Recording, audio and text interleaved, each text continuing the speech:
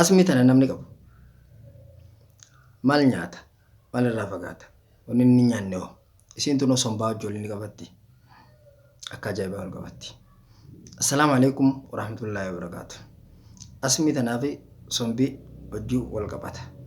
Akkamitti yoo ta'an mallattoon isiin nama agarsiiftu maali yoo jenne asmiin tunii yoo hirriiba keessatti si qabdu yoo taate hirriiba kasi dhorkitu yoo taate qax kasi gootu yoo taate hirriiba keessatti ka cinqamtu yoo taate hirriiba keessatti ka fi'amtu yoo taate fi'amni yoo kasi dhufu taate yeroo ni fi'amta.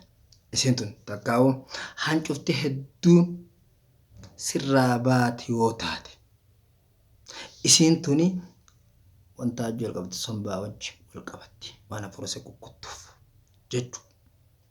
Namni isii tana qabu maalirraa fagaata? Aanan dhuguu heddummeessuu dhabuu aanan hedduun dhugan bishaanis hedduu hin dhugu namni isii tana qabu jechuudha. Nyaata garaa nama boqoisu hundarraa irraa fagaata ajajuu obboleeyyan namni asmii tana qabu hedduu if eeggannaa godhu qaba jechuudha. Kanaafuu hedduu galatoomaa ulfaadhaa. Namoonni asmii tana qabdan akka gaariitti asmii waan akkana nama golota yoo qabaattan mallattoo sana yoo isin agarsiiftu yoo taate akka gaariitti waan nama jeekan irraa qatta ta'uu qabdan. Bishaanis waamuma xiqqoo.